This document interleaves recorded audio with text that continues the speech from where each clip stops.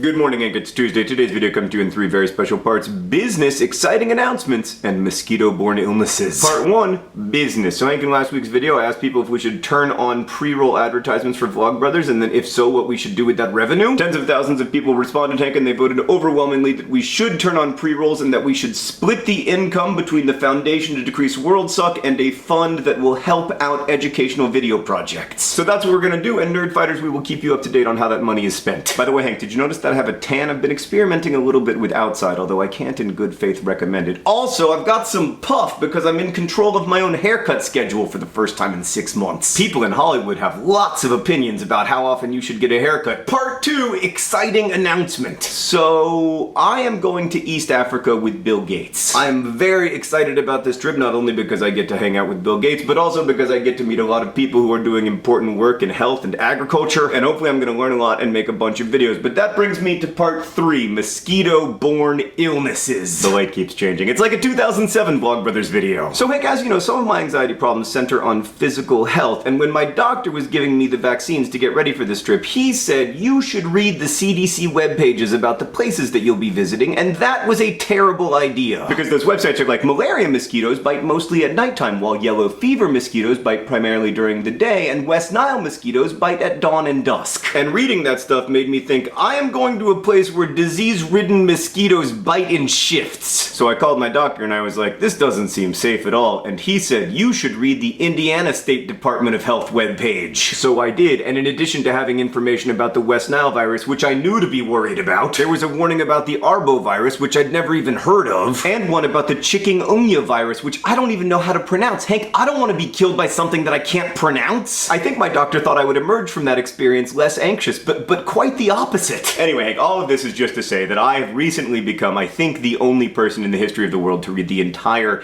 Indiana State Department of Health website. No, wait, I also had another point, which is that we have excellent healthcare facilities and information here in the United States. We've got great infrastructure, the power very rarely goes off in health clinics, and all that stuff helps us to deal with mosquito-borne illnesses and other communicable diseases relatively effectively. And I'm going to East Africa, Hank, to see how they've dramatically improved healthcare and reduced infant mortality in the last 20 years, and also to see how much work there still is to be done and where we can help. I'm gonna make a bunch of videos, but they probably won't be uploaded during my trip, so in the meantime, I'm going to make a video about Behind the Beautiful Forevers, the Nerdfighter book club pick for summer. If you haven't read it, now's the time, because A, it will make next week's video more enjoyable, and B, it's excellent. It won the Pulitzer Prize, for God's sakes. But anyway, yeah, I will schedule that video to upload next Tuesday so that I don't get punished. Speaking of punishments, Hank, you owe us one. Nerdfighters, I need punishment suggestions for Hank in the comments. Hank, DFTBA, I will see you on Friday.